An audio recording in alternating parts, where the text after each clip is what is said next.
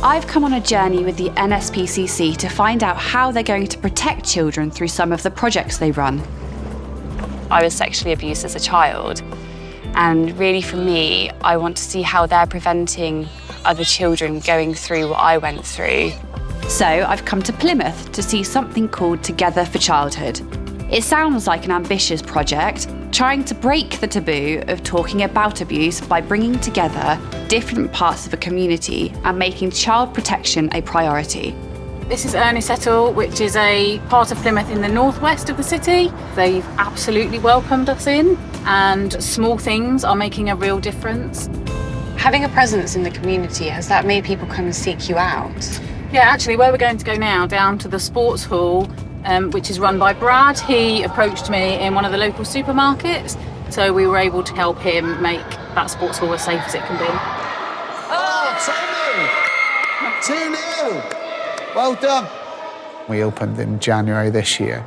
There's a lot of community sessions, some futsal leagues that run down here now as well, so it's quite busy, most of the week. How did you hear about Together for Childhood? Knowing that there was going to be lots of children here, I collared Shelley and asked if she could sort of point me in the right direction on a few things, just making sure that the children were safe while they're here.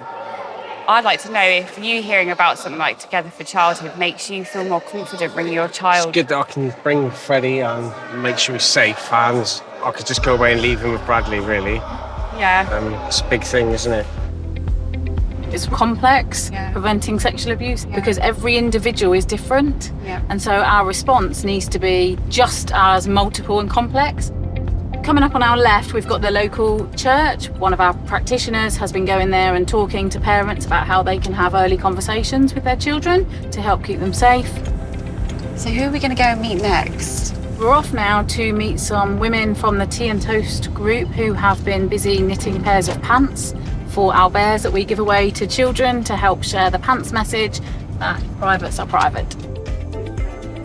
Can I introduce Emily to you all? Hello, Emily. Hi everyone. So how did you ladies respond when you first started hearing about the project? We started knitting. How do the bears get sort of distributed? So they're in the GP surgery, they're at community events. Every young person that wants a bear gets given a bear to take home with them. I don't know if you know much about my background, but I was abused when I was younger, and it was there was none of this around. And imagine if I got a pair of pants. That could have changed my life. There's more support to help people talk about it now. Yes. Where years ago there wasn't the support. You had nobody, it's rubbish, or you were called a liar. This has got to stop and stop now. We're 3 years into Together for Childhood in Plymouth now, and we're starting to see some real successes. People in the community are talking about the prevention of sexual abuse much more. So children will hear some of our messaging when they're in school. They'll see posters in the youth centre. They'll hear their sports coach talking about it. And that then starts to build relationships of trust where children will feel more able to speak out if something is happening to them.